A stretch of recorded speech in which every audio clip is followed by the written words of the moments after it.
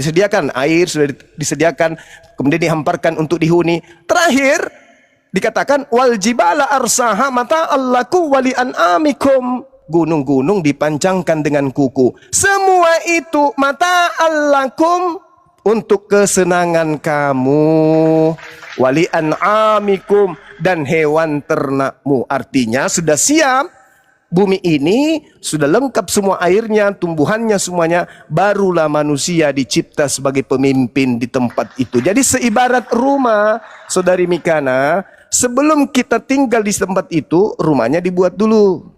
Rumah di atap, pondasi, dinding, tiang, atap, kemudian di lantai, pintu, jendela. Setelah siap, barulah dikatakan mata'allakum wa li'an'amikum. Tempat ini semua disediakan untuk kesenanganmu dan hewan ternakmu. Seperti itu. Tapi kalau Anda mau mengatakan, kok enggak seperti di kitab kami pada hari pertama, inilah hari pertama. Oh enggak, Al-Quran sifatnya adalah mengajak manusia untuk menelaah, mentadabburi, mengurai isinya. Bukan kemudian terima saja gitu. Inilah yang dikatakan kalamullah, kalam Allah, seperti itu.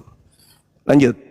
Cuma saya tadi tunjukkan data di mana Bang Juma berkata masa ke-6. Di mana itu tertulis dalam Al-Quran? Juma, tolong tunjukkan di layar. Ya Allah ya Karim. Di situ tertulis. Ya, ya Allah ya Karim. Jadi begini, simpel, tunjukkan datanya. Saudara Mikana, Al-Quran surah An-Naziat ayat 27 itu adalah masa pertama. Apa yang dikatakan kemudian? An-antum asyaddu khalqan amis sama banaha. Itu yang diterangkan dalam Al-Quran tuh. Jadi dijelaskan, apakah penciptaan kamu yang lebih hebat ataukah langit yang telah dibangunnya? Nah, penciptaan langit ini yang pertama. Rafa'a samkaha fasawwaha. Dia telah meninggikan bangunannya, lalu menyempurnakannya. Jadi yang pertama itu seperti Big Bang. Meledak dia, tak, akhirnya antara satu komponen dan satu komponen yang lain itu saling menjauh satu sama lain. Itu masa pertama. Itu yang perlu Anda pahami. Jadi masa kedua itu ada di ayat kedua 28. Masa ketiga di ayat 29. Apa yang dikatakan pada masa ketiga itu? Wa aztasha lailaha wa akhraja duhaha. Dia menjadikan malamnya gelap dan menjadikan siangnya terang. Itu hari ketiga, masa ketiga penciptaan matahari. Paham tidak sampai situ?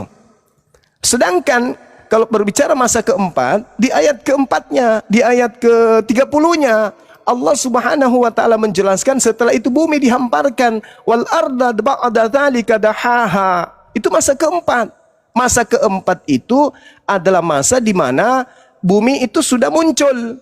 Yang tadinya tidak ada. Dahulu kala terjadi tumpukan kemudian antara matahari dengan sebuah komet. Jadi ada tabrakan antara matahari dengan komet, yang menyebabkan sebagian massa matahari itu terpental keluar dan pecahan dari matahari inilah yang menjadi bumi. Begitu.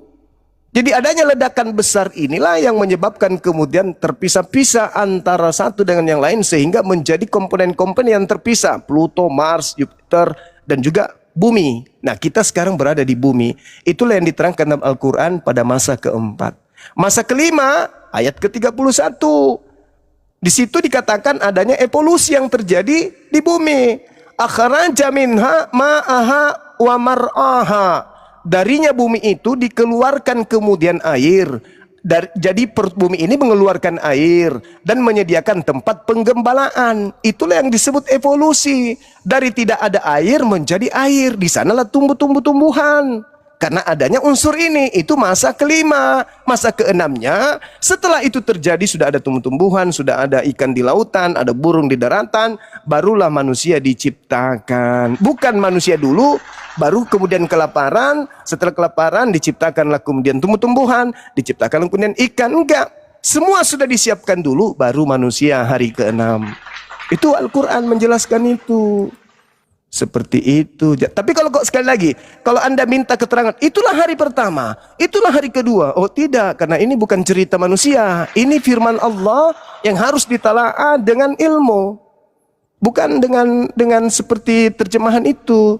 Nah, sedangkan dalam kitab Kejadian, matahari lebih dulu, siang dan malam lebih dulu, baru ada matahari. Kalau di Islam enggak. Kalau di Islam matahari itu bersamaan dengan cahayanya. Makanya dikatakan bahwasanya terciptanya matahari itu pada hari di mana Allah mengatakan masa. Tidak seperti di tempat Anda itu dikatakan sebagai apa ya? Itulah Allah melihat yang terang itu baik, maka diciptakan terang. Jadilah terang. Kemudian jadilah gelap. Nah, mataharinya nanti di hari keempat. Di mana itu? Kalau di Islam, matahari itu diciptakan pada masa ketiga. Bersamaan dengan adanya siang dan malam. Nah, kalau di Kristen, siang dan malam lebih dulu, mataharinya nanti hari keempat kalau nggak salah. Gimana itu ceritanya? Ada siang malam, matahari nggak ada. Bisa nggak itu, Saudari Minkana? Oke, Bang Juma. Simpel pertanyaan saya, tapi dari tadi Bang Juma tidak menunjukkan data. Tapi nggak apa-apa kalau nggak tunjukkan data. Oke, yang kedua, bukti Al-Quran validasi surah bahwa Allah itu An-Nasyat. pencipta. Yang kedua pertanyaan saya, karena tadi Bang, mohon maaf ya, menurut saya Bang Juma nggak menunjukkan data. Cuma Oke, yang saya kedua, tambahin lagi data Al-Hijr ayat 19 sampai 26. Mikana tolong dibuka dan dibaca biar jangan menanyakan Bang Zuma memaksa supaya Bang Zuma salah bicara. Bang Zuma sesuai dengan ayat Al-Hijr ayat 19 sampai 26. Ingat itu? Iya, Tanah silakan terjadi itu buka dan dikarenakan bacakan, Bang. evolusi alam. Oke? Bukannya kami itu bukannya kami nggak tahu, kami tahu semuanya di sini. Kami mendengar kata Bang Zuma di sini. Betul Bang Zuma, lanjutkan Bang Zuma. Dan ingat ya Mikana, di ayat ke-19 sampai ke-26, kamu telah di situ dan tidak ada kesalahan Al-Qur'an. Tidak ada manusia diciptakan setelah alam semesta ini belum jadi. Terang sebelum ada, manusia sudah ada. Kan lucu ini.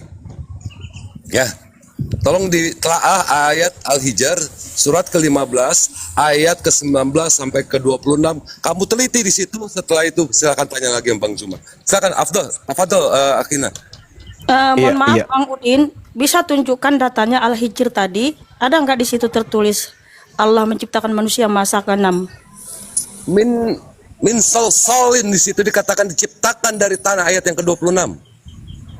Sebentar Bang, izin. Bang Mikana nih maunya gimana? Di open cam gitu, tunjukin datanya layar gitu di layar. Iya, dibacakan dong, tunjukin ayatnya.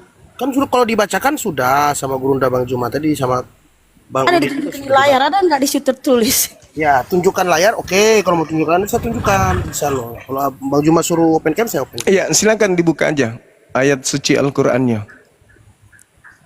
Silakan. Jadi Mau Al-Hijr atau An-Nasyat itu sama aja sih. gini Mikana, saya kasih analogi Mikana ya. Kalau kita pindah ke rumah, kalau pindah rumah pasti siapkan rumahnya dulu ya kan, siapkan rumahnya dulu, tempatnya baru, tujuannya, jalannya, baru kita pindah. Sama seperti Allah. Allah menciptakan manusia itu kebutuhan manusia dulu baru diciptakan baru manusia. Saya sangat Kebutuhan setuju, manusia Bang. dulu Saya sangat setuju. diciptakan. Tapi Ini siapa kalau Simon? Ini setuju, Kristen apa Islam? Sabar. Ini Simon ini Kristen apa Islam? kalau Bang, setuju, Bang Islam. kalau setuju Hah? kenapa Kamu beriman Islam? kepada kitab Kejadian? Mu'alaf beliau, mu'alaf. Enggak, pendeta Simon. Oh, mualaf. Oh, pantas. Karena panggil-panggil Allah sih. Ya, silakan tunjukkan datanya, Bang. Tuh, Surat berapa Gurunda? An-Nasyat, kita ambil An-Nasyat atau Al-Hijr. An-Nasyat di ayat 27 Nasyat. sampai ayat 33. Sebentar, surat ke berapa tuh ya?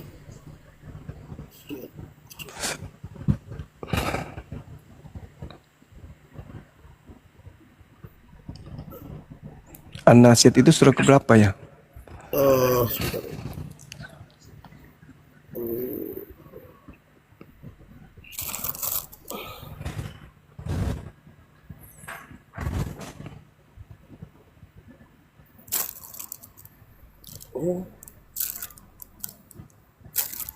Ya, surat 79 dia, Gurunda.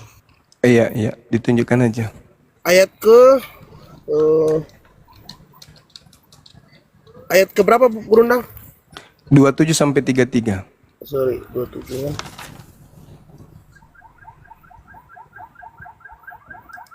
Iya. Benar nih ya, Bang Juma ya? Iya. Ayat 27 diterangkan, antum asyaddu khalqan amis sama banaha. Apakah penciptaan kamu yang lebih hebat ataukah langit yang telah dibangunnya? Tuh, langit dulu tuh yang dicipta kemudian oleh Allah.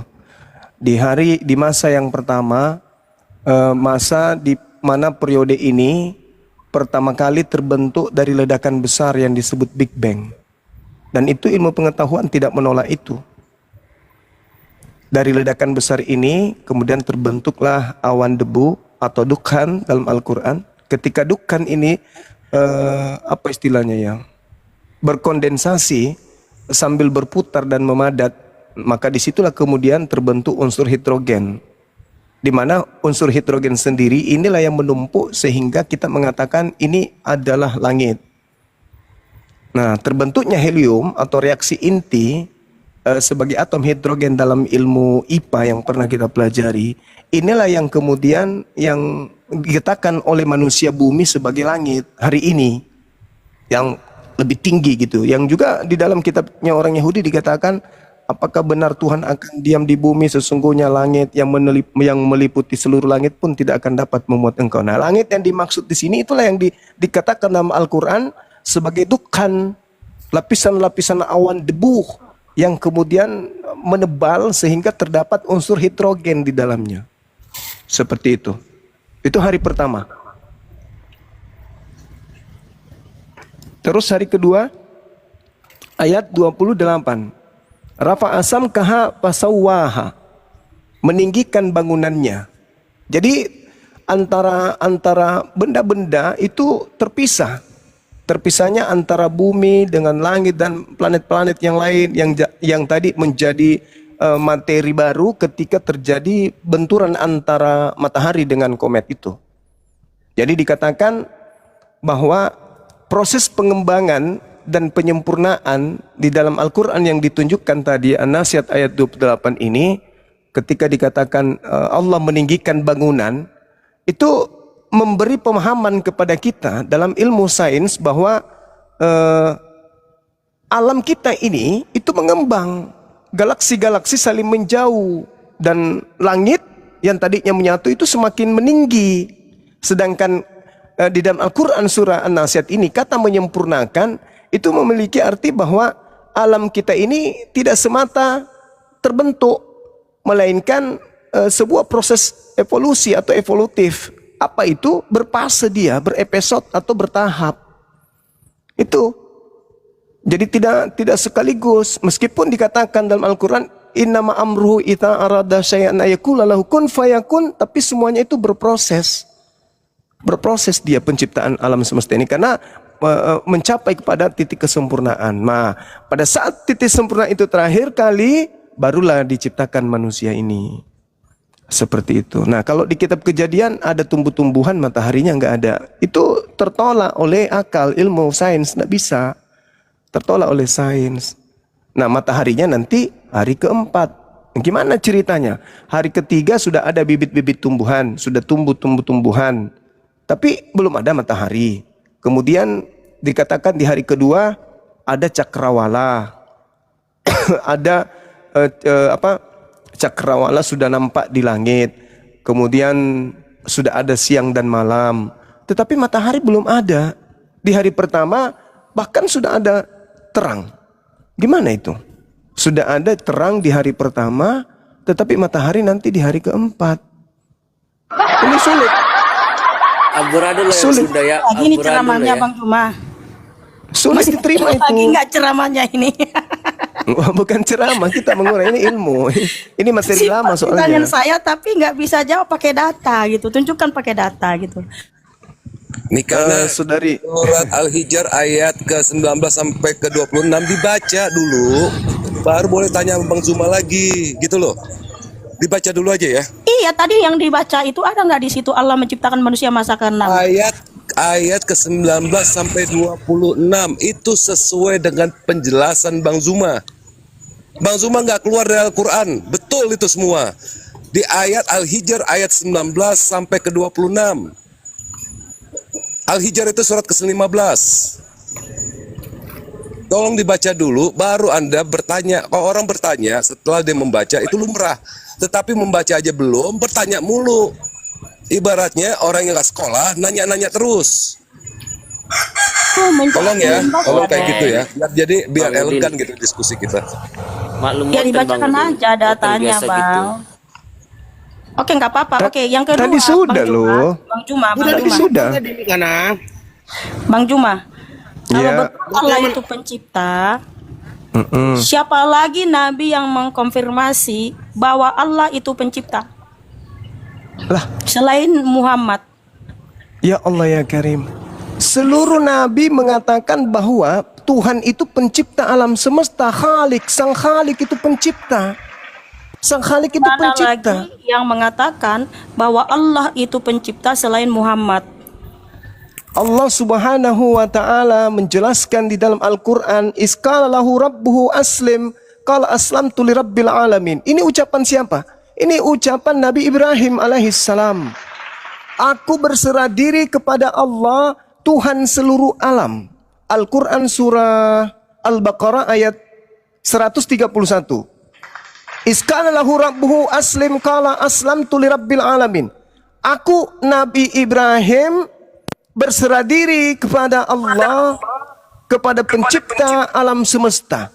Lalu kemudian keturunannya bagaimana? Keturunannya mengatakan, Qulu amanna billah wa ma unsila ilaina wa ma unsila ila Ibrahim wa Ismail wa Ishaq wa Yaqub wal asbati wa ma utiya Musa wa Isa. Ma utiya nabiyyuna min rabbihim la nufarriqu baina ahadin minhum wa nahnu lahu muslimun.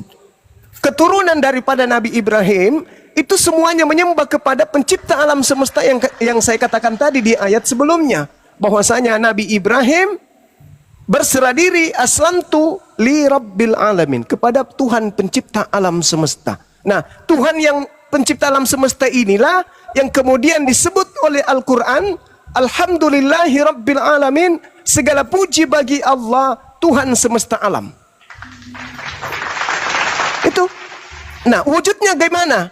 Tidak bisa kita sampaikan wujudnya Tuhan itu bagaimana. 2 Samuel 7:22, tidak ada yang serupa dengan Tuhan. Tidak ada.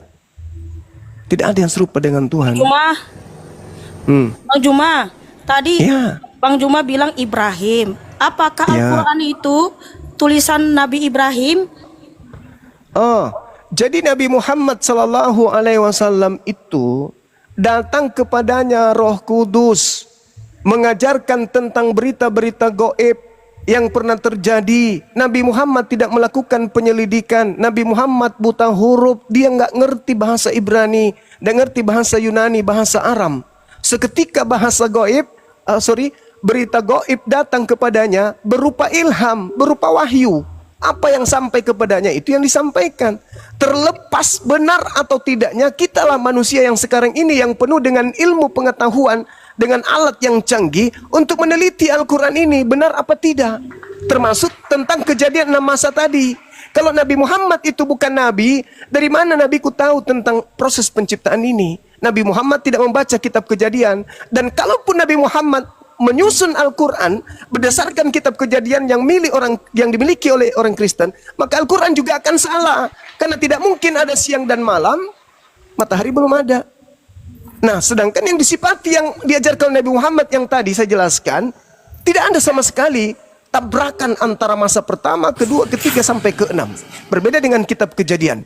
Inilah kemudian saya katakan, bagaimana mungkin seorang Nabi Muhammad 1400 tahun silam bisa mengetahui tentang hal-hal tersebut, sedangkan tak ada materi di sana yang bisa digunakan sebagai alat. Berbeda dengan Imperium Romawi, berbeda dengan peradaban orang Yunani, Mesir, India. Mereka jauh lebih dulu beradab dalam ilmu peradaban pengetahuan dibandingkan orang bangsa Arab, disebut bangsa jahil. Malah orang Yahudi menyebutnya bukan bangsa, bukan umat, tapi orang yang buta huruf, orang yang jahil, orang-orang Arab itu. Tapi dari sana kemudian muncul cahaya yang menerangi ilmu pengetahuan sehingga seluruh alam semesta itu matanya terbelalak. Kok bisa Nabi Muhammad tahu ini? Seperti itu, Saudari Mikana.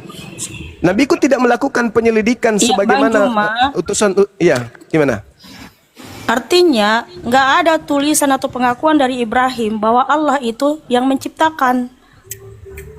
Lah, bukankah kemudian Nabi Ibrahim bahwa ini, Allah itu sang pencipta, Bang Juma? Kalau betul Allah itu sang pencipta. bukankah Nabi Ibrahim sendiri di dalam Al-Quran menyatakan aslamtu lirabbil alamin?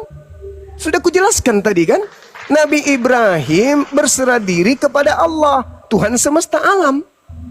Tuhan semesta alam itu cuma satu, yang disembah oleh Nabi Ibrahim, Nabi Abraham kalau dalam pandangan Yahudi. Apakah Nabi Muhammad harus melakukan penyelidikan dulu? Sedangkan Nabi Muhammad tidak mengetahui siapa itu Nabi Ibrahim, siapa itu Nabi Musa, siapa itu Nabi Isa, apa itu Torah, apa itu Injil. Masih kalian ragukan. Apalagi kalau Nabiku melakukan penyelidikan. Gitu loh. Sedangkan kalau di kitab saudara kan melakukan penyelidikan, tapi salah semua. Gimana dong? Oke, Bang Juma, pertanyaan saya simpel. Siapa lagi Nabi yang mengakui bahwa Allah itu sang pencipta selain Muhammad? Karena Kan tadi kalian sudah- meyakini Al-Quran itu kan dari Nabi Muhammad, walaupun kalian mengakui dan mempercayai bahwa beliau menerima wahyu dari Allah melalui Jibril. Tetapi pertanyaan saya, ini kan dari satu Nabi yang kalian akui Nabi kalian. Nah, pertanyaan saya, ada lagi nggak Nabi yang lain yang mengakui dan menuliskan dalam satu kitab bahwa Allah itu sang pencipta? Kalau hanya dari satu orang, patut dipertanyakan. Tapi kalau Oke. dari satu orang, pasti sah dan benar. Nah, pertanyaan Oke. saya, siapa lagi Nabi yang mengakui bahwa Allah itu sang Oke. pencipta? Baik, kitab kami itu cuma satu, Saudari Mikana, Al-Quranul Karim. Am kuntum syuhada is hadar Ya'qubal maut is qala li banihi ma ta'buduna min ba'di qalu na'budu ilahaka wa ilaha abaika Ibrahim wa Ismail wa Ishaq ilaha wahida wa nahnu lahu muslimun. Apakah kamu menjadi saksi saat maut akan menjemput Yakub? Ketika kemudian Yakub berkata kepada anak-anaknya, apa yang kalian akan sembah sepeninggalku wahai anak-anakku? Mereka anak-anak Yakub kemudian menjawab, kami akan menyembah Tuhanmu, Tuhan nenek moyangmu, yaitu Tuhan Nabi Ibrahim, Tuhannya Nabi Ismail, Tuhannya Nabi Ishak, yaitu Tuhan yang Maha Esa, dan kami berserah diri kepadanya. Jelas kok. Apa masih perlu kami belajar kitabnya agama lain? Enggak perlu. Quran kami sudah lengkap. Nabi-nabi terdahulu menyembah kepada pencipta langit dan bumi yang dikatakan ilaha wahida, Tuhan yang satu, yaitu yang ahad. Kami tidak perlu lagi kitab-kitab lain. Mau ada pengakuan dari nabi-nabi lain, ya itu urusan di luar agama kami. Kami beriman kepada Quran, bahwa para nabi sebelum Nabi Muhammad sudah menyatakan diri kepada keturunan mereka. Mereka menyembah kepada Allah, ilaha wahid, wa nahnu lahu muslimun. Dan mereka semua adalah muslim. Kan itu real. Apakah Yesus menyembah kepada hakikat pencipta langit dan bumi? Ya, Rabbus samawati wal ardh. Apakah Yesus menyembah kepada yang maha suci? Ya, subhanahu wa ta'ala. Apakah dia menyembah yang maha tinggi? Ta'ala, betul. Apakah dia menyembah yang maha suci? Jelas. Al-Quddus, yang merajai. Al-Malik, pasti dia menyembah yang maha raja. Nah, kami menyebutnya Allah. Mereka mungkin menyebutnya Hashem, atau menyebutnya Elohim, atau menyebutnya Yotevave, atau menyebutnya Adonai, atau mungkin mereka menyebutnya Yahweh. Wallahu alam bisawaf. Yang pasti kami menyadari oh, Al-Quran mengajarkan Tuhan yang kami sembah adalah Tuhan yang disembah Yakub dan anak-anaknya, yang disembah Nabi Ibrahim dan anak-anaknya. Terlepas saudari saya mau percaya, ya silakan. Tidak percaya, la ikraha fiddin, tak ada paksaan. Yang pasti, andaikan saja Nabi Muhammad Panjang lagi, mengajarkan Bang Juma. Ya, silakan. Masih panjang lagi. Silakan. Bang Juma Silakan. kebanyakan ceramah Iya, yang ditanya kebiasaan. apa, jawabnya apa. Yo, silakan. Bang Juma, artinya nggak ada bukti validasi Bentar, bahwa izin Mikana, nanti ditanya balai ya. Nah, sementara tadi Bang Juma mengatakan bahwa Yakub menyembah Allah. Yakub itu bangsa mana, Bang Juma? Yakub itu anak dari Ishak. Iya, bangsa mana dia Yakub itu? Mesopotamia kayaknya. Saya tidak ngerti dia bahas Yakub itu bangsa berubah mana. nama menjadi Israel. Nah, Iya tahu kalau di itu. mana literasi dari Israel Yakub menyembah Allah? Lah, jadi Tuhan yang Maha Esa itu siapa rupanya? Allah itu Maha Suci. Literasi dari Allah Israel itu Maha bahwa Tinggi. Yakub menyembah Allah. Lah, gimana Loh, ceritanya? tunjukkan datanya kalau Yakub orang Israel menyembah Allah. Oke. Coba Anda lihat di dalam Yesaya 5 nomor 16. Yesaya 5 nomor 16. Yang mereka sembah itu Subhanahu wa taala, Maha Suci Maha Tinggi. Kami menyebutnya Allah, mereka menyebutnya apa? Hashem. Jelas itu. Oh, jadi di situ ada Allah. Lah, Allah itu Tinggi Maha Suci itu kan gelar, bukan proper name. Yes. Itu jabatan sifatnya. Ya, betul. Kalau Allah kan, betul Allah kan sekali. nama diri. Allah kan nama diri, proper name. Oke, saudariku Mikana. Di mana kalau di Anda situ Nabi Yakub menyembah Allah karena Allah itu proper name sesama bahasa Arab. menyembah ilah yang maha ahad, ilaha wahida. Kami umat Islam diperkenalkan namanya dengan nama Allah. Orang-orang terdahulu mungkin mereka menyebutnya Elohim, tetapi dalam kaidah Islam Allah sudah menyatakan diri, memilih orang-orang Yahudi, memilih Bani Israel. Di dalam Al-Quran sudah dijelaskan bahwa Allah telah memilih mereka. Memilih mereka 12 suku dari Bani Israel. Al-Quran surah Al-Ma'idah yang menjelaskan itu. Artinya bahwa ketika kami dituntut, di mana orang Yahudi menyebut Tuhan mereka dengan sebutan Allah, kami tidak menemukan di dalam kitab mereka kata Allah. Di dalam kitab mereka kata Allah itu kami tidak kenapa temukan. Bang Juma mengatakan Yakub menyembah Allah sementara Nah, sekarang di Kejadian permasalahannya kitab saya mengatakan 28 itu. 16 Yakub itu menyembah Yahweh, bukan Ya, kitab Allah. saya mengatakan menyembah Allah. Walaqad akhadallahu mitsaqa bani Israil wa ba'atsna minhum 12 naqiban wa qala Allah inni ma'akum. Nabi Muhammad diberitakan, wahai nabiku, sebelum aku mengutus engkau, aku dulu pernah memilih Bani Israel. Dulu pernah aku mengangkat 12 pemimpin di antara mereka. Lalu aku berkata kepada mereka, inni ma'akum. Itu iman kami. Kata Qur'anku, Allah pencipta langit dan bumi dulu pernah memuliakan, pernah mengangkat, pernah kemudian menyanjung Bani Israel. Tetapi mereka mengingkari perjanjian-perjanjiannya dengan Tuhan kami, sehingga Allah kami murka kepada Bani Israel. Nah, sekarang Anda mengatakan nih, mana di dalam kitabnya orang Yahudi disebut Allah? Sekali lagi saya katakan, kalau Anda mencari di dalam kitabnya orang Yahudi hari ini, kami tidak menemukan itu. Lalu apakah kemudian gugur iman kami? Tidak, karena iman kami Al-Quran, bukan kitab Tanak, bukan perjanjian lama. Mereka kemudian bisa menyebutnya Hashem, silakan, itu iman mereka. Tapi kami menyebutnya Allah. Ketika mereka mengingkari, tidak ada kok dalam kitab kami sebutan Allah itu nggak ada kok. Ya sudah, berarti Tuhanmu Tuhanmu, Tuhanku Tuhanku.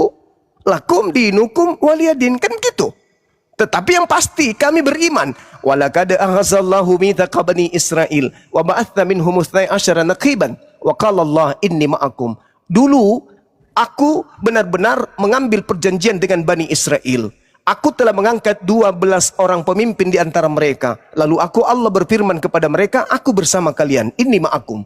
Sungguh jika kamu mendirikan salat, menunaikan zakat, beriman kepada utusan-utusanku, dan membantu mereka, serta kau pinjamkan pinjaman yang baik, pasti akan aku hapuskan dosa-dosamu, dan aku masukkan engkau ke dalam surga. Maka siapa yang kufur ingkar di antaramu setelah yang demikian itu, sungguh dia telah sesat dari jalanku yang lurus. Tuh. Dalam Quran tuh. Tapi Anda mengatakan, nggak ada kok di dalam kitabnya orang Yahudi. It's okay, nggak masalah. Itu kitabnya mereka. Kitabnya kami, kitabnya kami. Bang, izin bang, Kan begitu. aku pernah baca bang. Ya, pernah ngobrol-ngobrol dengan AI. Kalau Nabi Ibrahim itu di dalam Taurat, perjanjian lama, Tuhan memperkenalkan dirinya sebagai Al-Sadai atau yang Maha Kuasa. Seperti Tuhan kita, ada kan nama Tuhan kita sifatnya adalah Maha Kuasa. Iya, betul, seperti betul. itu bang. Iya, makanya orang-orang, cuman kita nggak mau masuk ke dalam. Sebenarnya teman-teman saya Yahudi itu mengakui bahwa Yotevave itu adalah Allah, dan Yotevave itu bukanlah nama, tapi itu adalah hanya gelar Yotevave. Nah, kemudian dalam Islam nih, dalam Islam, ketika Nabi Muhammad itu datang, Al-Quran ini diwahyukan untuk seluruh umat manusia termasuk Bani Israel. Al-Quran surah Al-Ma'idah ayat 15. Ya ahlal kitab. Apa maksudnya? Wahai Bani Israel, qad ja'akum rasuluna yubayyinu lakum katsiran mimma kuntum tukhfuna minal kitab wa ya'funa an katsir. Qad ja'akum minallah nur wa kitabum mubin. Wahai ahli kitab. Nah, dipanggil tuh orang yang pernah diwahyukan Torah, Zabur, Injil kepada mereka. Sungguh Rasulku Nabi Muhammad telah datang kepada kalian untuk menjelaskan banyak hal dari isi kitab suci yang kamu sembunyikan. Tuh. Dan membiarkannya sebagian untuk tidak dijelaskannya. Sungguh telah datang kepadamu cahaya, yaitu Nabi Muhammad. Dan kemudian kitab suci yang menjelaskan, yaitu Al-Quran. Yahdi bihillah manittaba ridwanahu subulas salam wa yukhrijuhum minaz zulumati ilan nur biizni wa yahdihim ila siratim mustaqim. Dengan Al-Quran itu aku Tuhanmu menunjukkan kamu wahai ahli kitab kepada jalan yang aku ridai, yaitu jalan keselamatan. Dan aku Tuhanmu mengeluarkan dari berbagai kegelapan menuju kepada cahaya dengan izinku, dan menunjukkan kepada kalian jalan yang lurus dengan Al-Quran. Jadi orang Yahudi yang dulu diberi kitab diseru oleh Tuhanku untuk menuju kepada Islam. Al-Quran surah Al-Ma'idah ayat 15, ayat 16. Itu yang ada dalam Islam. Jadi ketika saudari saya mengatakan, loh orang-orang dulu kok tidak mau manggil ini? Ya, itu karena Anda menggunakan kitab mereka. Tapi kitab saya memberikan konfirmasi bahwa Tuhanku dulu pernah memilih mereka, nenek moyang mereka. Tapi sayangnya nenek moyang mereka itu pembangkang. Dan itu, maaf, di dalam Ulangan 34 Musa pun menerangkan itu. Sedangkan aku masih ada sama kalian. Kalian sudah menampakkan kemudian kedegilan ketegaran tengkukmu kepada Tuhan. Apalagi nanti setelah aku tak ada. Kemudian Yesus juga mengatakan dalam Matius 23 dari data 1 sampai 39. Yesus mengutuk mereka. Engkau adalah keturunan ular-ular. Engkau adalah keturunan ular beludak. Bagaimana mungkin kau melepaskan diri dari hukuman api neraka?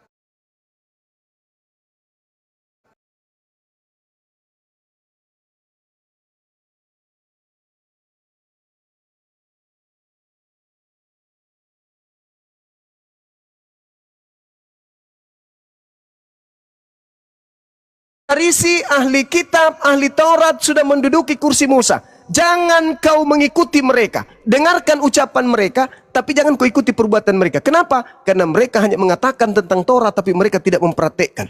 Yeremia 8:8, pena palsu telah membuat Taurat itu menjadi palsu, menjadi rusak. Nah, Al-Quran dong yang harus kami jadikan acuan. Sekarang kalau kami minta, mana kitabnya Nabi Musa? Ada yang bisa menunjukkan? Tidak bisa. Ada yang menunjukkan kitab Injil yang Yesus ajarkan? Tidak ada. Mazmur, kitabnya Daud, ada yang bisa menunjukkan? Tidak ada. Cuman terjemahan demi terjemahan. Kita nggak tahu dari mana.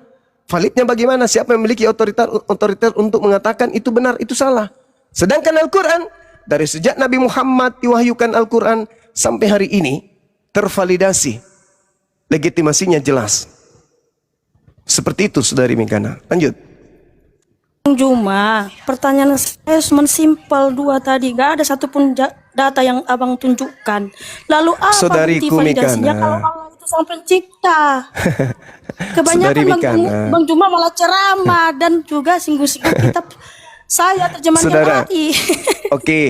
Oke, Saudara Mikana. Begini, kalau kita melihat pertanyaan Anda ini, Anda menginginkan kemudian Al-Quran itu harus sama seperti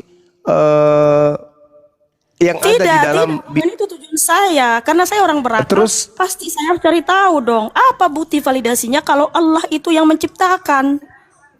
Lah, pencipta langit dan bumi itu kan sang Khalik. Kan Khalik, pencipta langit dan bumi kan itu sudah pasti Tuhan.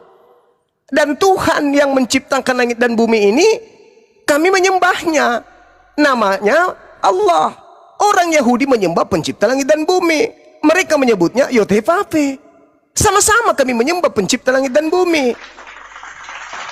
Sekarang antara Yahudi, Islam, ada nggak berbeda dalam hal penyembahan kepada objek yang kami sembah? Nggak ada.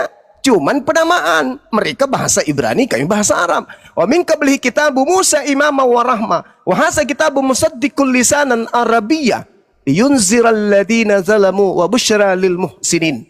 Sebelum Al-Quran telah ada kitab Musa sebagai imam, sebagai anutan, sebagai penuntun dan rahmat. Al-Quran ini yang datang kepadamu Nabi Muhammad adalah kitab yang membenarkan kitab-kitab sebelum Al-Quran ini.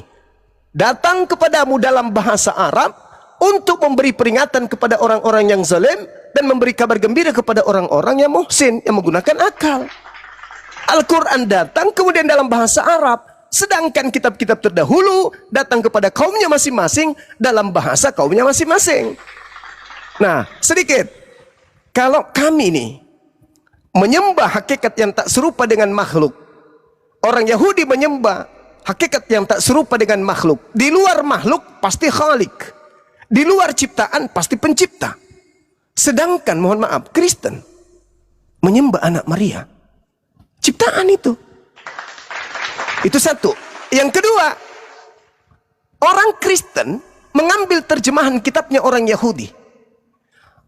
Yod-Heh-Vav-He, Hasem, Yehova, Adonai, Elohim, mereka sebut. Tetapi ketika dipakai oleh orang Kristen dalam bentuk bahasa asli di terjemahan pertama menggunakan bahasa Septuaginta, bahasa Greek. Apa yang mereka tuliskan di sana?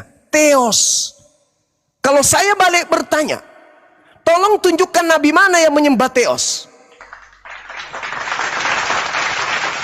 Anda akan berat. Padahal Anda mengambil terjemahan kitabnya orang lain. Mana nabi-nabi menyembah Bang Theos? Juma. Ada nggak? Oke, Bang Juma gini. Ya, panjang kali lah Bang ini bicara, udah kalau dibukukan udah satu buku. Saya kan yang ditanya. Iya, Yang tunjukkan ditanya kan data saya. Bang, itu. Nggak usah kan sana ke sini. Nah, gini Bang Juma, ya kan. Kalau Bang Juma mengatakan yang disembah oleh orang Yahudi sama dengan disembah Muhammad atau orang bangsa Arab, itu nggak mungkin, karena semua nabi-nabi dari Israel tidak pernah menyembah yang namanya Allah. Sebab di dalam kitab mereka, tulisan mereka 1 Tawarik 16 ayat 26, semua ilah bangsa-bangsa adalah berhala, tetapi hanya Yahweh lah sang pencipta. Keluaran 23:13, bahwa tidak boleh menyebut nama ilah-ilah lain, sementara Allah adalah nama ilah lain, nama sesembahan bangsa Arab penduduk negeri Mekah. Jadi dari mana dasar abang mengatakan semua nabi-nabi dari Israel atau orang Yahudi menyembah oknum yang sama itu Allah? Itu nggak mungkin Bang Juma. Bang Juma itu bermimpi. Makanya Bang Juma, nggak ada bukti validasi bahwa Allah itu sang pencipta, dan tidak ada nabi-nabi lain yang mengkonfirmasi bahwa Allah itu sang pencipta selain Muhammad.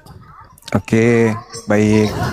Jadi posisi yang ada di sini adalah hanya kata alif lam lam ha, dan itu tidak pernah disebutkan kemudian di dalam kitabnya orang Yahudi. Boleh Anda menolak Saya tidak pernah Allah. sebutkan, mohon maaf, saya tidak bilang tidak pernah sebutkan.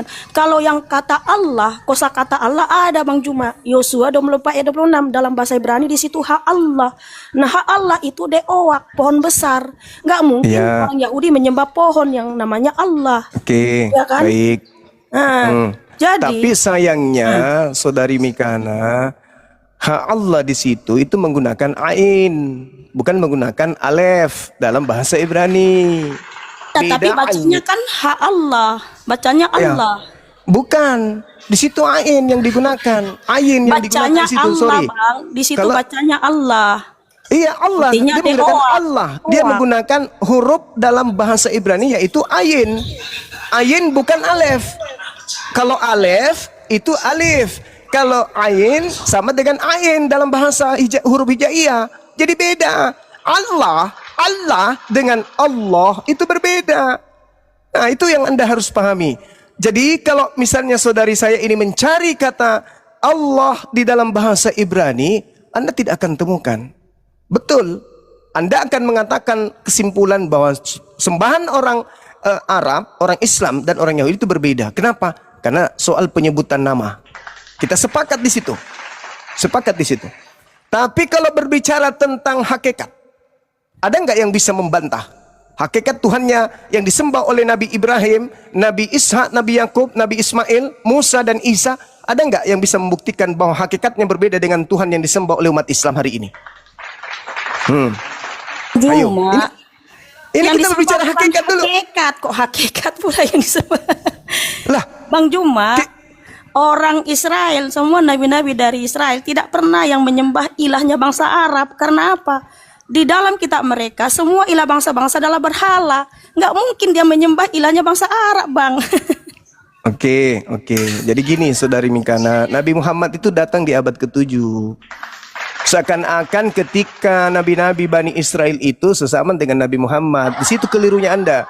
Andai saja Nabi Muhammad sesama dengan nabi-nabi Yahudi, misalnya Nabi Musa turun nih, memperkenalkan kemudian Yothefafe, Nabi Muhammad turun juga, memperkenalkan juga Allah. Anda boleh mengatakan seperti itu. Sayangnya, seketika pencipta langit dan bumi selesai berkarya kepada Bani Israel, apakah masih ada karyanya lagi?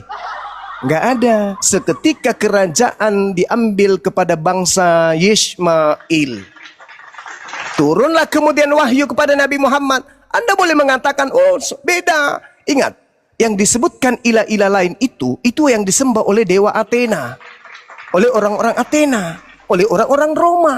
Karena yang hidup berdampingan dengan orang-orang Israel itu Bani Edom, orang-orang Barat, orang-orang Roma, orang-orang Yunani. Maka yang dimaksud dalam Ulangan 13 nomor 1, nomor 2, 2, 3 itu adalah dewa-dewanya orang Roma, orang Mesir, orang Yunani. Itu yang dimaksud itu. Sedangkan Paulus datang, kita lihat dalam kisah para rasul. Sabar. Oh, masih Di dalam panjang kisah para ceramahnya. di dalam kisah para rasul 17, sabar dulu. Kisah para rasul 17 nomor 19, 20, 21, 22, 23 yang diperkenalkan Paulus sampai diajarkan oleh Belanda masuk di Nusantara ini, begitu juga orang Portugis, itu adalah dewa Athena yang disebut Agnostos Theos, yang mereka kemudian sebut setelah Paulus datang dengan sebutan Yesus Kristus. Itu dalil. Jadi saya sering melihat saudari Mikana ini, Yesus itu adalah, Yesua adalah Allah atau Yothefape atau Yahweh. Saya ketawa melihat itu. Kenapa? Karena sebenarnya yang kalian panggil Yesus di gereja itu adalah dewa Romawi. Itulah yang disebut ilah-ilah lain. Sedangkan Nabi Muhammad datang di abad ke-7. Tidak ada lagi Nabi yang datang kepada Bani Israel. Maka ketika dikatakan, akulah Tuhan Israel, akulah Tuhan keturunan Israel, pertanyaan orang berakal muncul. Apakah Tuhannya Yahudi bukan Tuhannya orang Mekah? Bukan Tuhannya orang Indonesia? Bukan Tuhannya orang Jepang? Panjang lagi nih. Tanya dulu. Ketika orang Israel, ketika orang Israel menyembah pencipta alam semesta, apakah Tuhan pencipta alam semesta bukan dia yang menciptakan Mekah? Jawab dulu. Ini gimana nih? Jawab dulu. 1 Tawarik 16 ayat 26. Semua ilah bangsa-bangsa, enggak terkecuali ilah bangsa Arab. Udah jelas di situ semua ilah bangsa-bangsa adalah berhala, tetapi hanya Yahweh lah yang telah menjadikan langit. Nah, sekarang pertanyaan saya, bentar. Di mana bukti tulisan tangan Rabi Saul mengubah nama Yesua HaMashiach menjadi Yesus Kristus? Silakan tunjukkan buktinya. Oke, baik. Jadi begini, saudari, begini. Ketika Anda membaca kitab Tawarik, kalau nggak salah itu tertulis kurang lebih 700-800 tahun sebelum Masehi. Nah, sekarang begini. Apakah Nabi Muhammad juga udah selesai dulu. Di mana buktinya Rabi Saul mengubah nama Yesua HaMashiach menjadi Yesus Kristus? Tulisan tangan langsung Rabi Saul. Oke, Rabi Saul tidak pernah mengganti itu. Tetapi saudari Mikana, terus kenapa kamu bilang Rabi Saul yang dihelenisasikan namanya Paulus itu mengubah nama Yesus HaMashiach menjadi Yesus Kristus atau memanggil nama Yesus Kristus? Jelas. Mana datanya? Datanya? Di mana datanya? Rabi Saul yang nama helenisasinya dihelenisasikan Rasul Paulus mengubah nama Yesua HaMashiach menjadi Yesus Kristus atau memanggil Yesus Kristus. Saya tanya dulu. Kitab pertama Paulus itu bahasa Aram atau bahasa Yunani? Saya minta tunjukkan datanya. Rabi Saul mengubah atau menyebut nama Yesua HaMashiach menjadi Yesus Kristus. Saya tanya dulu. Loh, tunjukkan data dong. Kamu membawa narasi itu, kamu harus pertanggungjawabkan narasimu. Pertanggungjawabkan narasimu, Bang. Bang Juma, pertanggungjawabkan narasimu, Bang. Saya bertanya nih, oke, kamu diam. Saya tanya dulu yang lain. Al-KTP. Original teks kitab Paulus itu bahasa Ibrani atau bahasa Yunani? Bahasa Yunani, Bruna. Udah. Paulus menulis suratnya dalam Al-KTP tunjukkan tulisan tangan Rabi Saul menulis dalam. Sabar. Paulus menulis suratnya. Dengar. Paulus menulis suratnya kepada 13 jemaat Korintus, Galatia dan seterusnya ini, itu dalam bahasa Ibrani kah atau bahasa Yunani? Makanya tunjukkan datanya. Bisa Jadi jangan sosokan. menulis dalam bahasa Yunani. Saudari Dan- Mikana, Mungkin abad bentar dulu, ketiga Bang. sebelum abad ketiga Abang tadi sebelum banyak bicara, Masehi, loh. abad ketiga sebelum Masehi, orang-orang Yahudi itu sudah tidak bisa bahasa Ibrani. Bang Juma. Bang Juma. Apalagi Paulus. Paulus menulis surat dalam bahasa Yunani. Sudah Bang pasti Juma. ketika Paulus, sabar. Sudah pasti ketika Paulus. Tunjukkan datanya, Bang. Tunjukkan Astagfirullahaladzim, datanya, ya Bang. Allah. Rabi Saul memanggil Yesus Hamasia menjadi Yesus Kristus. Jadi dia menyebut dengan panggilan Yunani atau bahasa Ibrani, Paulus ini? Makanya menyebut tunjukkan Yesus. datanya. Kenapa Ya, Abang sekarang menarasikan si kalau begitu Paulus, tolong ya, tunjukkan datanya Paulus memanggil Yesus menulis bahasa Kristus. Ibrani. Loh, harusnya Manuskrip kamu yang bahasa nunjukkan Ibrani, dong. surat-surat Paulus ada enggak? Kan kamu bilang Yesus Hamasia diganti menjadi Yesus Kristus, kamu Oh tunjukkan jelas datanya, Bang. itu udah pasti. Iya, itu tunjukkan sudah datanya. Pasti. Tunjukkan Itu tulisan sudah tangan pasti. Rabi Saul. Tunjukkan. Itu udah pasti. Tunjukkan. Kenapa? Tunjukkan Dengarkan tulisan teman-teman. tangan Saya Rabi tidak butuh. Saul. Saya tidak butuh Anda. Saya tidak Lah. butuh Anda mau tahu. Saya tidak butuh Anda mau tahu atau tidak mau tahu. Yang pasti orang semua pada tahu Bible original teksnya bahasa Yunani dan tidak mungkin dalam bahasa Yunani ada nama Yosua Hamasia. Sudah pasti Yesus Kristus. Makanya tunjukkan. Jangan memperbodoh diri. Rabi Saul, Bang. Jangan memperbodoh diri. Iya, tunjukkan Jangan memperbodoh tulisan diri. tangan langsung. Saudara, ketika Tunjukkan Paulus Alkitabnya. menunjuk dirinya, diturunkan Bang aja kalau Juma. bisa ya. Oh, Saudara alah, Mikana, Bang Anda Juma. turun aja dulu. Yunani tante. Dibawa aja dulu, Anda Yunani, tidak ada ilmu. Tante. Anda bertanya 1000 pertanyaan, tapi Anda nggak mau ditanya. Jadi gini, saudara-saudara sekalian, ya. Orang kalau sudah kehilangan arah, saya tahu Mikana ini sudah kehilangan arah. Entah dia mau jadi ateis, entah dia mau jadi agnostik dan seterusnya, atau entah dia mau menjadi muslimah. Dia datang ke sini itu untuk tahu Islam. Tetapi karena dia adalah penyembah manusia dari Athena bernama Kristus yang adalah dewa agnostos theos, dia berupaya untuk membodohi dirinya. Seakan-akan Paulus itu rabi, matamu suwe. Siapa yang mengatakan kemudian Paulus itu rabi? Rabi Saul. Kalau kau mengatakan Rabi Saul, Kisah Para Rasul 13 nomor 1, Rabi Saulmu itu nabi palsu. Saul, sang rabi palsu itu sudah disebut nabi di situ. Nggak malu kau? Kalau kau mau jadi Islam, mau cari tahu Islam, jangan ngotot. Karena saya lebih paham Biblemu daripada you. Saya lebih paham Bible daripada you. Original teks kitabmu itu, manuskrip tertuanya itu bahasa Greek. Koine. Bukan bahasa Aram. Apalagi Ibrani. Boro-boro Paulus menulis bahasa Ibrani. Tujuan daripada kitab Tanak di abad ketiga oleh Ptolemy II diterjemahkan dalam bahasa Septuaginta itu apa? Karena orang-orang Ibrani yang hidup di bangsa asing sudah tidak bisa pakai bahasa Ibrani, sudah tidak ngerti bahasa Ibrani. Bahkan hari ini bahasa Ibrani itu adalah bahasa suci, bahasa sakral yang hanya bisa digunakan ketika mereka menggunakan membaca kitab mereka. Sehari-hari mereka menggunakan bahasa Aram. Bahasa Ibrani digunakan pada saat mereka hanya ibadah. Harus tahu itu. Pandai-pandaian Paulus ngirim surat ke Roma menggunakan bahasa Ibrani. Pret! Bahasa Yunani aja belum tentu ngerti. Bahasa Ibrani pula Paulus. Paulus menulis bahasa Ibrani untuk siapa? Aku menulis suratku dalam bahasa Ibrani. Untuk siapa? Tuyul. Galatia 1 nomor 15. Aku diutus sebagai rasul kepada non-Yahudi. Terus Paulus diutus kepada non-Yahudi dengan surat bahasa Ibrani. Kurobek juga mulut kau nanti Mikana.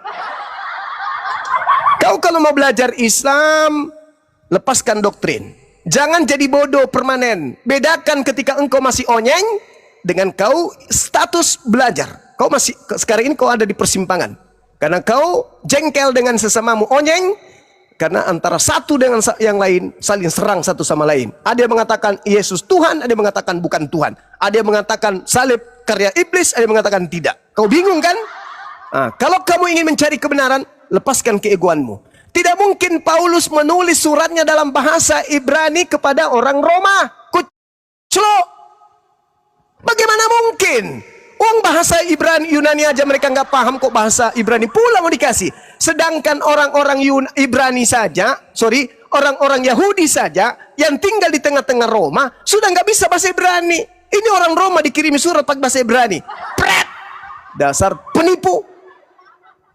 Jangan begitu dong. Diskusi itu saya sabar menjelaskan bagaimana Anda bertanya tentang Tuhanku, bagaimana Anda bertanya tentang Quranku, bagaimana Anda bertanya tentang Nabiku, bagaimana Anda bertanya tentang proses penciptaan dalam Al-Quranku. Aku jelaskan. Berharap engkau pintar, berharap kamu meninggalkan kebiasaan onyeng. Masih kau bawa-bawa kebiasaan onyeng, menipu, membodohi dirimu sendiri.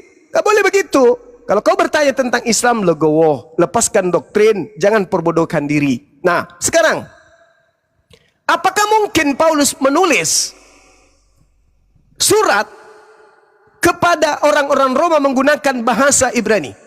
Kalau bahasa Ibrani, ya Yosua Hamasia. Tapi apakah penyembah dewa-dewa menerimanya? Tidak mungkin. Paulus itu orang cerdas. Maka Yesus Kristus itu yang dijual kepada orang-orang Yunani Romawi. Tidak mungkin bahasa Ibrani. Jadi jangan kemudian Anda, apa ya bilangnya, jangan Anda kemudian mengatakan bahwa Paulus itu rabi, namanya rabi ini, Rabi Saul. Oh, Rabi Saul berarti dia adalah nabi. Di dalam kitab Kejadianmu dikatakan dia adalah nabi.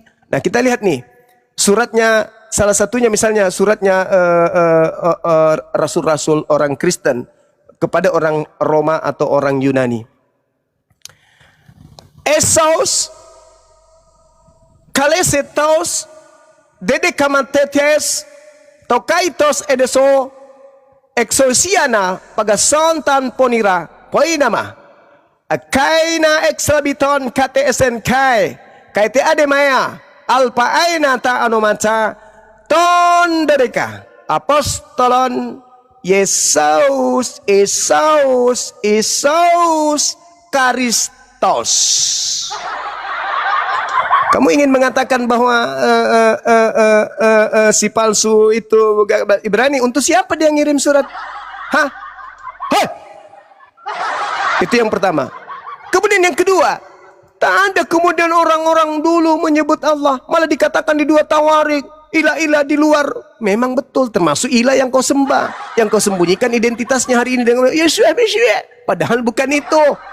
Kau hanya mengembalikan kepada tradisi lama, Yesus Hamsya. Tapi kamu itu agamamu berasal juga dari Paulus. Paulus mengajarkan dewa Athena di dalam Kejadian 17. Itu jelas itu. Dewa Athena yang mereka tidak kenal namanya Agnostos Theos diperkenalkan kemudian Paulus dalam nama Kristus Eus. Camkan itu. Jadi ketika kemudian abad ke-7 baginda Rasulullah Muhammad SAW didatangi Roh Kudus. Apa katanya? Bismillahirrahmanirrahim. Iqra bismi rabbikal ladzi khalaq. Bacalah dengan nama Tuhanmu yang menciptakan. Khalaqal insana min 'alaq. Dialah yang menciptakan manusia dari segumpal darah. Iqra wa rabbukal akram. Bacalah dengan nama Tuhanmu yang maha mulia. Alladzi 'allama bil qalam, yang mengajar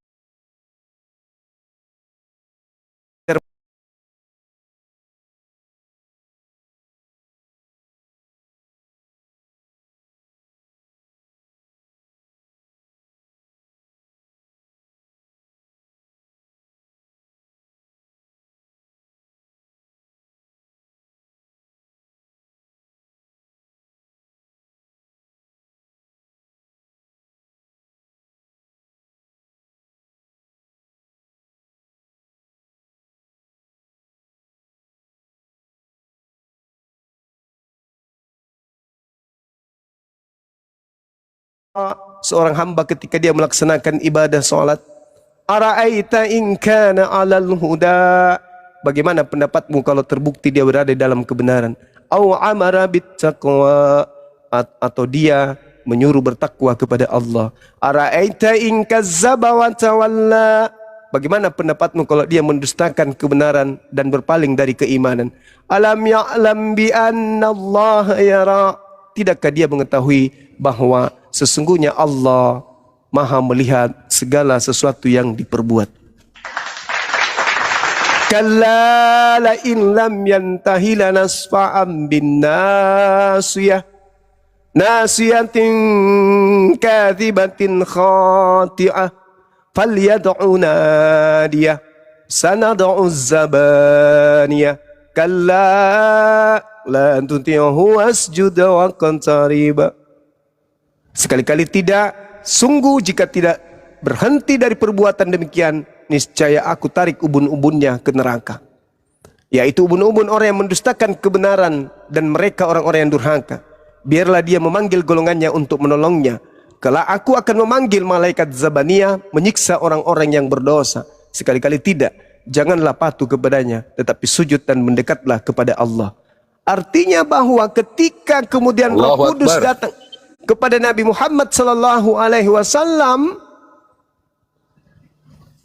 Nabi Muhammad sallallahu alaihi wasallam tidak kemudian mengajarkan Tuhannya orang Quraisy. Bahkan Nabi Muhammad menghancurkan berhala-berhala yang disembah oleh orang Quraisy. Cuma kok ngomong-ngomong sendiri sih. Pakai data, Seperti Bang. itu. Udah diturunkan. Aku takut Bang Juma takut. Iya, Bang saya Juma takut, diskusi saya sama takut. aku. Iya, saya takut sama orang gila kayak kau. Jadi gitu. Jadi Nabi Muhammad itu tidak mengajak umat Islam menyembah kepada sembahannya orang Quraisy. Justru Nabi Muhammad menghancurkan berhala-berhala orang Quraisy. Tidak ada Nabi Muhammad mengajarkan menyembah kepada ilah-ilah yang disembah oleh bangsa Ismail, keturunan Ismail, yang ketika kemudian wahyu datang kepada orang-orang Yahudi seperti dua tawarik ini, itu masih disembah oleh Nabi Muhammad. Enggak. Seluruh sembahan, seluruh dewa-dewa, seluruh ilah yang disembah oleh orang-orang Quraisy, orang-orang pagan,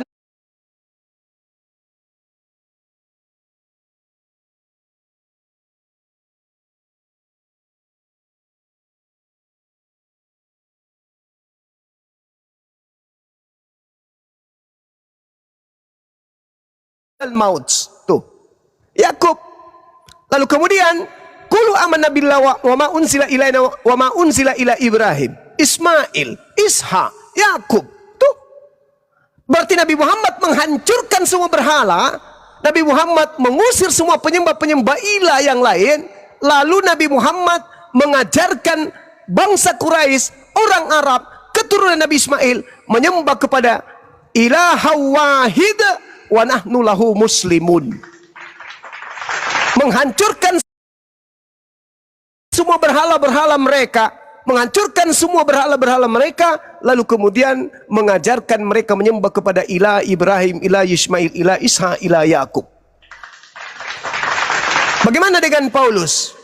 Ketika dia datang ke Roma dan Athena, Yunani, apakah Paulus juga menghancurkan berhala-berhala orang-orang Roma Yunani? Apakah Paulus juga menghancurkan dewa-dewa Romawi dan Yunani? No. Tradisi-tradisi orang Roma Yunani bahkan sedikit lagi akan diperingati oleh mereka. Sedikit lagi mereka akan peringati. Hari ibadah mereka enggak mereka rubah, malah dilanjutkan. Malah dilanjutkan. Tradisi-tradisi ajaran Roma Yunani malah dilanggengkan hari ini. Malah kalau kita baca 1 Korintus 8 nomor 10, mereka menyembah di kuil berhala. Sampai orang Yahudi menajiskan dan mengharamkan diri mereka masuk ke rumah ibadahnya Mikana. Sampai orang Yahudi meludahi Mikana. Sampai orang Yahudi mengabodasarakan Mikana. Sampai orang Yahudi menganggap Mikana itu asu, dan asu. Bahkan orang Yahudi, kalau kita baca Talmudnya berbicara mengenai pengikut Paulus, disebut sebagai binatang. Binatang, bahkan disebut sebagai setan. Bahkan dalam Talmud diharamkan orang Yahudi membaca perjanjian baru. Bahkan dalam Talmud, sembahan mereka yang mereka sebut agnostos theos itu diceritakan di dalam neraka direbus dalam tinja yang mendidih. Jadi seperti itu saudara Mikana. Kalau Anda mau belajar Islam, lepaskan dulu doktrin dogma kebodohan Anda, lepaskan dogma jahiliyah Anda, lepaskan dogma doktrin Anda yang pagan itu, bahwa dewa Romawi turun ke bumi menjadi Yesus yang Anda anggap Yesus Hamasiah. Tanggalkan itu dulu, baru kita diskusi. Dan ingat, diskusi itu Mikana tanya jawab, bukan cuman bertanya. Saya tahu kelemahanmu itu tidak bisa ditanya, saya tahu itu. Berbeda dengan kami umat Islam. Alhamdulillah, boleh Anda bertanya 1000 pertanyaan. Tapi ketika kami minta ruang untuk bertanya 1 pertanyaan, tolong dibuka juga ruangnya untuk ditanya. Jangan kerjamu cuman bertanya, tapi tidak mau ditanya. Giliran kamu bertanya, kita menjelaskan, malah kau yang lebih nyerocos lagi daripada kita. Ketika kita menjelaskan, kau bilang kita berdakwah, kau bilang kita ini berkhutbah. Padahal data-data saya sajikan. Mulai dari Anda bertanya tentang penciptaan, saya mencoba untuk bertanya bagaimana proses penciptaan di kitabmu. Kamu menutup diri. Katanya kau hanya ingin belajar. Belajar itu dari mana saja Mikana? Ya. Jadi kalau kau lagi goyang karena terjadi perpecahan di kubuhmu dan guncangan iman yang begitu dahsyat, ya lepaskan egomu. Kamu boleh datang lagi kalau saya live sebentar, silakan kau naik lagi, kau bertanya lagi, tapi ingat, lembutkan hatimu, jangan kau bawa doktrin, jangan kau bawa dogma. Saya tunggu kamu. Oke? Kamu kalau bertanya, lembutkan hatimu, kemudian jangan bawa doktrin dan dogmamu. Masakan kau katakan Paulus itu menulis surat 13 buku dengan menggunakan Yesus Hamasiah? Apa mungkin di tengah-tengah bahasa Yunani muncul Yesus Hamasiah? Apa mungkin? Sedangkan Yotehepape saja, jangan kau menyebut Tuhanmu dengan sembarangan aja, di dalam kitabmu disebut Theos. Sedangkan Theos itu dewa. Bagaimana mungkin nama Yesus kemudian dipertahankan dalam bahasa Ibrani, sedangkan suratnya Paulus itu adalah bahasa Yunani? Apa mungkin? Coba kalau Anda melihat di dalam surat Roma ya. Kita lihat di dalam surat Roma. Apa yang dikatakan oleh Paulus? Dari Paulus, hamba Kristus Yesus, yang memanggil Paulus menjadi rasul. Nah, di situ dalam bahasa Indonesianya disebutkan kata Yesus Kristus. Apakah mungkin di dalam bahasa Yunaninya, ketika kemudian Paulus ini mengaku sebagai utusan Yesus, di dalam bahasa Yunani masih menyisakan kata Yesus Hamasiah? Contoh, apaton papio, dablo tau Yesua Hamasiah, pau kita kike, na genei apostolos, kay agenes tike, gena keksire, to evangelio to theos. Apa mungkin kayak gitu? Apa mungkin di tengah-tengah bahasa Yunani ada nama Yesua Hamasiah? Kau jangan menggelikan gitu loh. Jangan kau membuat kita muak. Anda membuat kemudian hukum ilmu pengetahuan tercabik-cabik dengan kebodohan Anda. Jangan. Kami ini Muslim, orang yang menghargai kedudukan ilmu pengetahuan dari manapun sumbernya. Jadi tidak mungkin kemudian Paulus menulis surat dalam bahasa Yunani koine, lalu kemudian nama Yesus itu dalam bahasa Ibrani. Apaton Pavlo, dablo tau Yesua Hamasiah. Cie. Pret. Apaton Pavlo, daulo tau Yesua Hamasiah. Pret. Kampret. Pemakan kutu Mikana. Yang jelas itu udah pasti bahasa Yunani. Di mana Rabi Shaul menyebut Yesus Mesias menjadi Kristus. Dasar muka kotak. Yang benar apoton faplo daulo tau Kristo Yesus fau kita ke na gine apostolos kay agesti ke gena kerise to evangelio tau theos. Gitu ya Mikana, saya undang kamu hadir sebentar malam dimanapun saya. Silakan kau naik, siapkan pertanyaanmu yang paling tersulit. Tapi ingat, ketika kita menjawab, statusmu sedang mencari ilmu, bukan berdebat dengan kami tanpa ilmu. Kayak tadi, nggak ada nabi-nabi menyebut Tuhan mereka. Ya jelaslah, nggak ada. Karena yang menyebut nama Allah itu hanya di dalam Al-Quran. Mereka menyebutnya Hashem, Yotefafe, kemudian El Shaddai, El Elroy, kemudian Sar Shalom, dan seterusnya. Mereka menyebutnya itu. Kami, Huwallahul ladzi la ilaha illahu alimul ghaibi wasyahada huwar rahmanur rahim. Huwallahul ladzi la ilaha illahu al-malikul quddusus salamul mu'minul muhaiminul azizul jabbarul mutakabbir. Kami menyebutnya itu. Dan itu juga disebut mereka. Tapi dalam bahasa Ibrani. Begitu Mikana, muka segitiga. Segera begitu sahabat-sahabat sekalian. Sekali lagi mohon maaf kalau merusak suasana hati. Yang pasti apa yang saya sampaikan saya belajar kemudian untuk menyajikan kepada orang-orang yang sudah goyah imannya di Kristen dan ingin mencari kebenaran di Islam. Kalau ada penyampaian saya keliru atau ada yang salah, tolong dilengkapi. Yang pasti saya berusaha menjadi pribadi yang lebih baik di tengah-tengah saudara-saudara sekalian. Demikian sementara, silakan. Ada penantang saya muncul. Mau Oh, sorry, Bang Zuma bagus banget ya, Bang Zuma menjelaskannya secara gamblang. Assalamualaikum warahmatullahi wabarakatuh. Waalaikumsalam warahmatullahi wabarakatuh. Orang lagi tidur kok dari tadi. Waalaikumsalam. Waalaikumsalam. Jadi Bang Zuma, saya selalu tahu Bang Zuma ya, untuk masalah kata Allah itu sebenarnya itu ada Allahul ladzi la ilaha illa huwal hayyul qayyum.